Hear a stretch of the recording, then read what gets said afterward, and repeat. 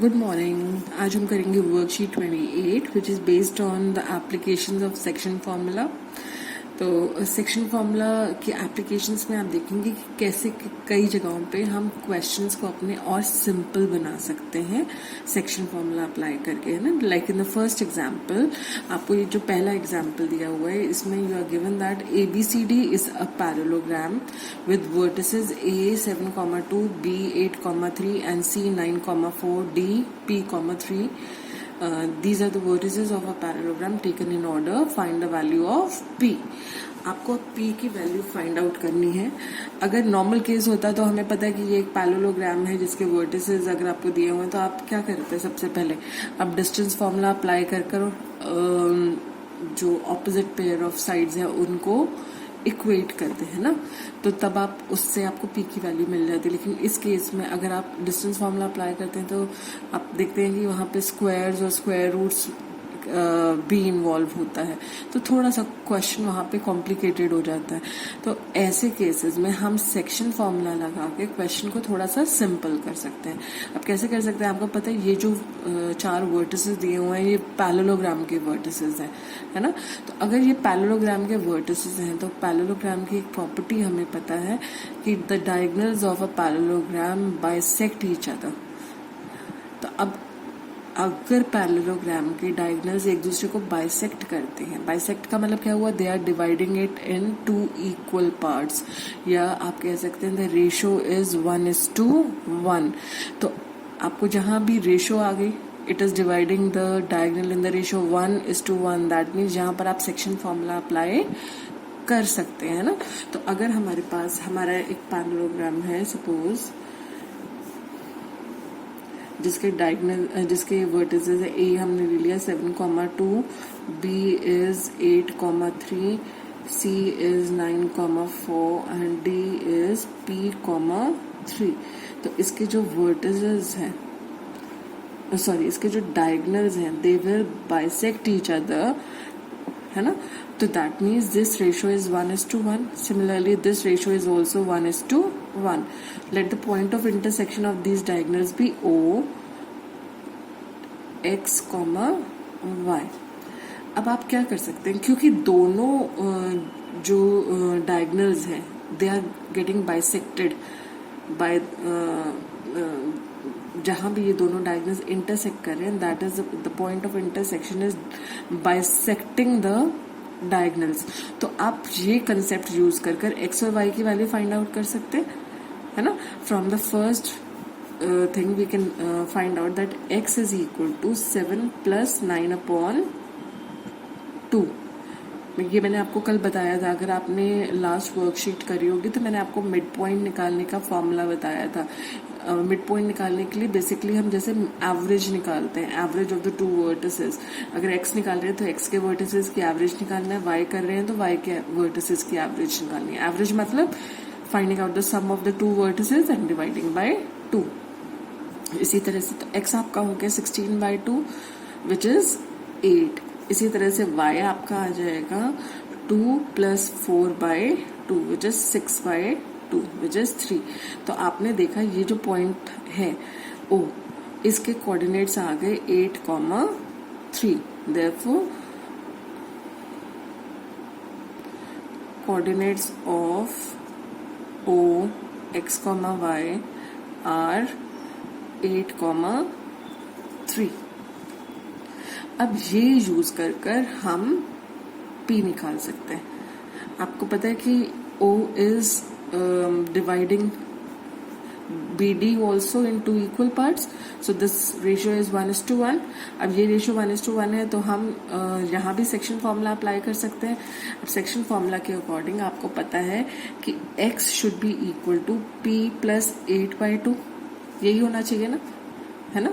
Mid point है तो mid point formula आप यहाँ पर अप्लाई कर सकते हैं। मिड पॉइंट फॉर्मूला के हिसाब से आप जो add the 2 end vertices and divide by 2।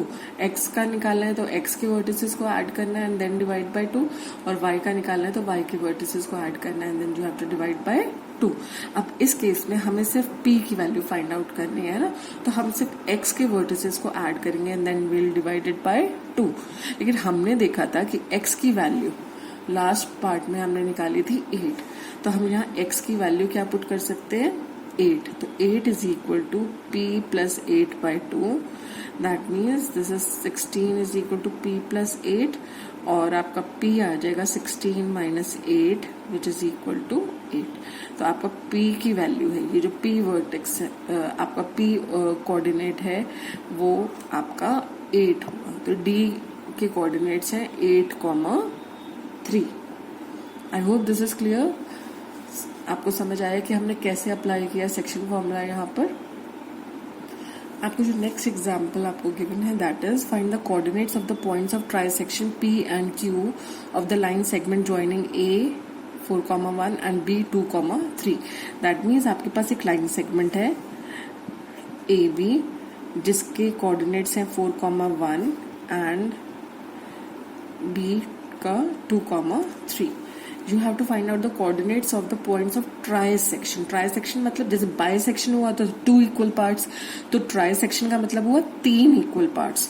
तो अगर हम 3 इक्वल पार्ट्स करते हैं इस लाइन सेगमेंट के, और पहला जो पॉइंट ऑफ ट्राइसेक्शन है उसको हम P कहते हैं और दूसरे को Q कहते हैं, तो आपको P और Q के कोऑर्डिनेट्स फाइंड आउट करने हैं। तो हम अज्यूम कर लेते हैं P के कोऑर्डिनेट्स हैं x1, y1, और या आप कुछ और भी ले सकते हैं, इसको आपकी कन्वीनियंस के ऊपर डिपेंड करता है कि आपको क्या कंफर्टेबल है, आप कोऑर्डिनेट्स क्या लेना चाहते हैं। इसको मैंने x2, y2 ले लिया। अब क्योंकि P और Q पॉइंट ऑफ ट्राइसेक्शन है, ट्राइसेक्शन मतलब 3 इक्वल पार्ट्स, तो हमारी रेशो हो जाएगी 1, 1, 1। ये रेशो हमने 1, 1, 1 क्यों लिया? क्योंकि हमने कहा पॉइंट ऑफ ट्राइसेक्शन है, 3 इक्वल पार्ट्स हैं, तो तीनों रेशोज बराबर होनी चाहिए, है ना। तो आप कुछ भी लेंगे तो कैंसिल आउट, अगर आप 2, 2, 2 लेते हैं तो वो भी कैंसिल आउट हो गया, क्या हो जाएगा 1, 1, 1, क्योंकि 2, 2, 2 भी कॉमन ही आ रहा है सब में।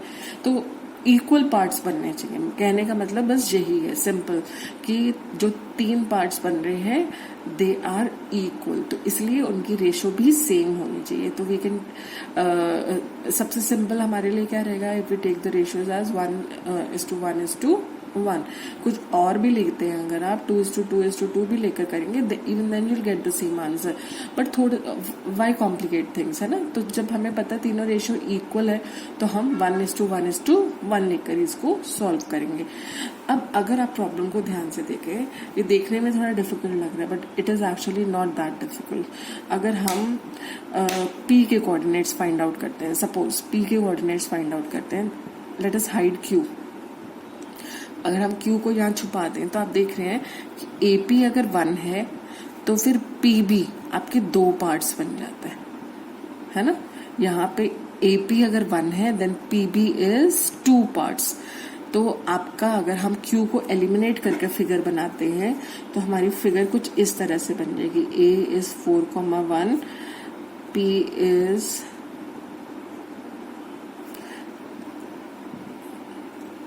तो ये हमारी रेशो 1 है, और ये पूरा पार्ट क्योंकि हम कंसिडर कर रहे हैं तो इसकी रेशो है 1 और 1 मतलब 2।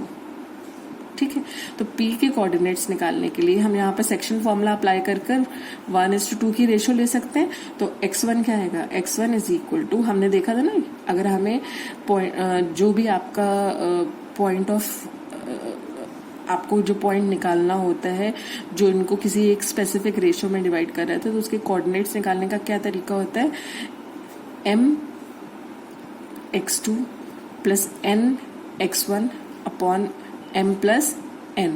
तो एक तरह से आप क्या कर रहे हैं, 1:2 plus 2:4 upon 1 plus 2।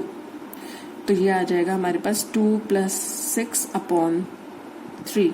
So this is 8/3, है ना। ये क्या आया हमारे पास, आया 2 4 = 8, ये हमारे पास हो गया 10/3। I am so sorry. ठीक है, तो हमारे पास ये आया 10/3। इसी तरह से अगर आपको y1 निकालना है तो y1 के कोऑर्डिनेट्स हो जाएंगे 1:3 प्लस 2:1 अपॉन 1 + 2। तो 1:3 is 3 plus 2:1 is 2 upon 3। So this is 5/3। 3। तो P के कोऑर्डिनेट्स आ गए, therefore the coordinates of P are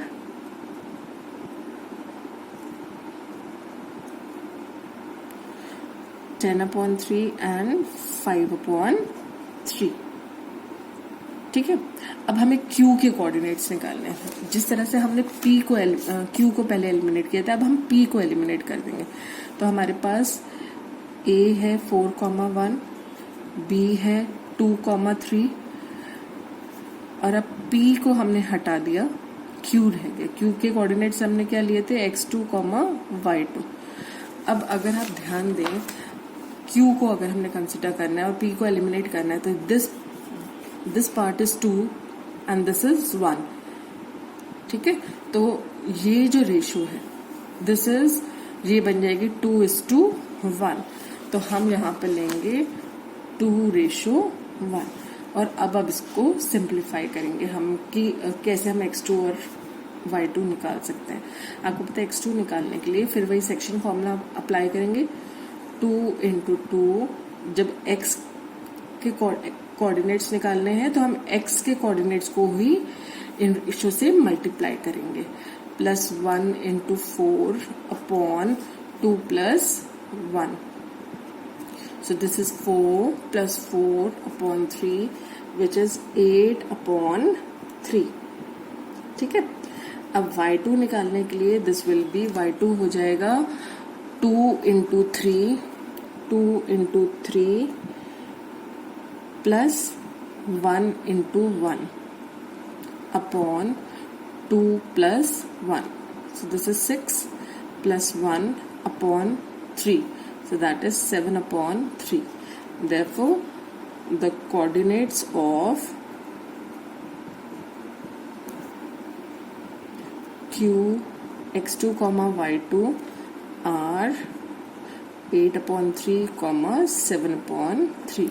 I hope आपको ये सेक्शन फॉर्मूला अप्लाई करना समझ में आ रहा है। मैं आपको एक बार फिर से फॉर्मूला यहाँ पे बता देती हूँ कि अगर ये पॉइंट्स हैं ए बी और एक पॉइंट है Q which is dividing it in the ratio m:n और Q के कोऑर्डिनेट्स हैं सपोज x एंड y, क्योंकि x1 y1 हम A के कोऑर्डिनेट्स ले रहे हैं और B के कोऑर्डिनेट्स हम x2 y2 ले रहे हैं, तो x will be equal to mx2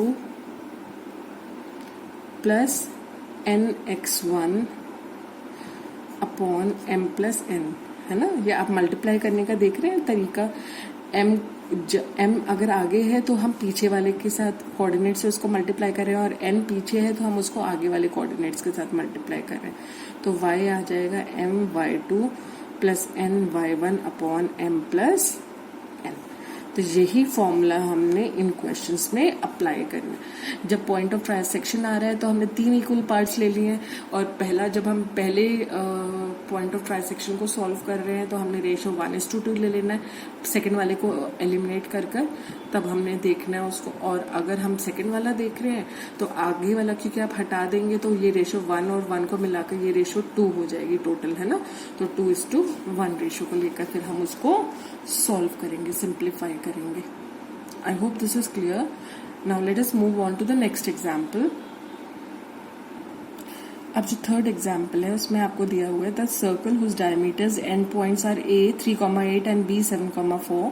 find the centre of the circle, diameter of the circle and the radius of the circle. तो आपको एक सर्कल गिवन है जिसका डायमीटर के एंड पॉइंट्स आपको दिया है। डायमीटर है तो it is passing through the centre, ये बात हमें पता है ना। तो a के कोऑर्डिनेट्स आपको दिए हुए हैं 3,8 एंड b के कोऑर्डिनेट्स आपको दिए हुए हैं 7,4।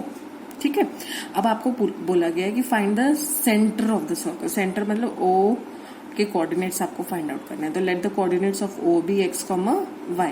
अब क्योंकि ये सेंटर है and this is the diameter, आपको पता है कि सेंटर जो है वो डायमीटर को 2 इक्वल पार्ट्स में डिवाइड करता है। OA is also the radius and OB is also the radius, है ना, आपको पता है ये बात। तो O is the point of bisection of the diameter AB। तो ये रेशियो इसका मतलब क्या हो गया, 1:1 1। यहाँ पर हम सेक्शन फॉर्मूला अप्लाई कर सकते हैं इजीली फाइंड आउट करने के लिए x और y की वैल्यू। अदरवाइज अगर हम सॉल्व करते तो हमें पता है ना कि 2 वेरिएबल्स हैं, तो उसको सॉल्व करने के लिए हमें कम से कम 2 इक्वेशंस चाहिए। यहाँ पर हम सेक्शन फॉर्मूला अप्लाई कर इसको बहुत आसान तरीके से सॉल्व कर पाएंगे। तो अब सेक्शन फॉर्मूला जब हम अप्लाई करते हैं तो हमें पता है x निकालने के लिए x will be equal to, क्योंकि ये मिड पॉइंट है तो मिड पॉइंट थ्योरम हम अप्लाई कर सकते हैं, सॉरी मिड पॉइंट थ्योरम नहीं बोलेंगे, मिड पॉइंट वाला फॉर्मूला अप्लाई कर सकते हैं। मिड पॉइंट का फॉर्मूला मैंने कैसे बताया था आपको कि हमें मिड पॉइंट है तो एक तरह से मीन निकालना है। अगर x की वैल्यू निकालनी है तो x के कोऑर्डिनेट्स का मीन निकालना है, y की वैल्यू निकालनी है तो y के कोऑर्डिनेट्स का मीन निकालना है। तो मीन निकालने का मतलब क्या होता है? Adding the quantities and dividing by number of quantities. तो जितनी क्वांटिटीज है आप, क्योंकि यहाँ पे 2 हैं तो you will add the 2 quantities and divide by 2। तो ये आपका आ जाएगा 3 + 7, x है ना तो सिर्फ x वाला देख रहे हैं, 3 + 7/2, तो ये हो जाएगा 10/2 विच इज 5। इसी तरह से y हो जाएगा आपका 8 + 4/2, 8 + 4 हो गया 12/2 which comes out to be 6। तो therefore the coordinates of the center are 5,6। ठीक है, अब आपका सेकंड जो काम है that is the diameter of the circle. आपको डायमीटर निकालना है। डायमीटर निकालना तो मतलब एक तरह से डायमीटर की लेंथ निकालनी है। ठीक है, डायमीटर कितना लेंथ होगा डायमीटर आपका। तो यहाँ पर आप क्या करेंगे, आपको डायमीटर के 2 एंड पॉइंट्स पता है। एंड पॉइंट्स आपको पता है डायमीटर के हैं 3,8 एंड बी इज 7,4। तो लेंथ निकालने के लिए you will apply the distance formula. तो ए बी जो डायमीटर है आपका, इसकी लेंथ हो जाएगी बाय द डिस्टेंस फॉर्मूला। क्या होता है डिस्टेंस फॉर्मूला? x2 - x1 का whole square plus y2 - y1 का होल स्क्वायर, यह होता है ना। अब यहाँ पर आपको x2 और x1 क्या है, 3 - 7 कर लीजिए या 7 - 3 कर लीजिए, it will be the same thing, है ना, क्योंकि आप अल्टीमेटली सबट्रैक्ट करने के बाद उसका स्क्वायर कर रहे हैं। तो नेगेटिव एंड पॉजिटिव का square will be the same. तो हम इसको करते हैं 7 - 3 का स्क्वायर प्लस, पहले x कोऑर्डिनेट्स को माइनस किया, फिर उसके बाद हमने y कोऑर्डिनेट्स का डिफरेंस फाइंड आउट किया, 4 - 8 का square. So this is equal to square root of 7 - 3 is 4, 4 square plus 4 - 8 is -4, -4 का square is that will be the same as 4 square, है ना। तो दिस इज 16 + 16, 4 का स्क्वायर है 16, तो ये आ गया √32। √32 को अगर आप वो करेंगे तो you can write this as 4√2। ठीक है, तो ये हमारा हो जाएगा 4√2 यूनिट्स। 32 का स्क्वायर रूट आप निकाल कर देख सकते हैं, या अगर थोड़ा और सिंप्लीफाई करना है तो एक और तरीका है इसको आप इस फॉर्म में लाने के लिए। जैसे आपके पास ये है, इधर हम देखते हैं, this is square root of 4 square plus, एक तरह से -4 का square will also be the same as 4 square, है ना। तो हम इसको 4 स्क्वायर प्लस 4 स्क्वायर ले सकते हैं। अब आप 4 स्क्वायर अगर कॉमन ले लेते हैं, आप देख रहे हैं दोनों में आ रहा है ना, तो 4 स्क्वायर हमने कॉमन ले लिया तो अंदर बचा, यहाँ से 4 स्क्वायर गया था, which will have 1 + 1। So this is equal to, अब 4 स्क्वायर है तो स्क्वायर रूट से 4 स्क्वायर स्क्वायर और स्क्वायर रूट कैंसिल हो जाएगा, तो 4 बाहर आ जाएगा आपके पास और अंदर बच गया 1 + 1 2। तो आपका आंसर आ जाएगा 4√2 units. I hope this is clear, है ना। अब जो आपका थर्ड पार्ट है उसमें you have to find out the radius of the circle. अब आपको पता है रेडियस क्या होता है, radius is half the diameter. Diameter का आधा होता है रेडियस। तो आपने अब डायमीटर की लेंथ फाइंड आउट कर ली और रेडियस फाइंड आउट करने के लिए फिर आप क्या करेंगे, डायमीटर को 2 से डिवाइड कर देंगे। तो radius of the circle is diameter of the circle divided by 2 and diameter हमारा आया 4√2, तो ये आ जाएगा 4√2/2 यूनिट्स।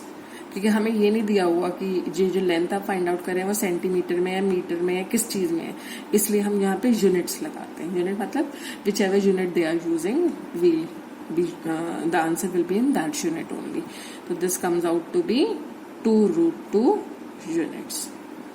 4√2 को 2 से डिवाइड किया, 2 से 4 कट गया, 2√2 यूनिट्स. ठीक है.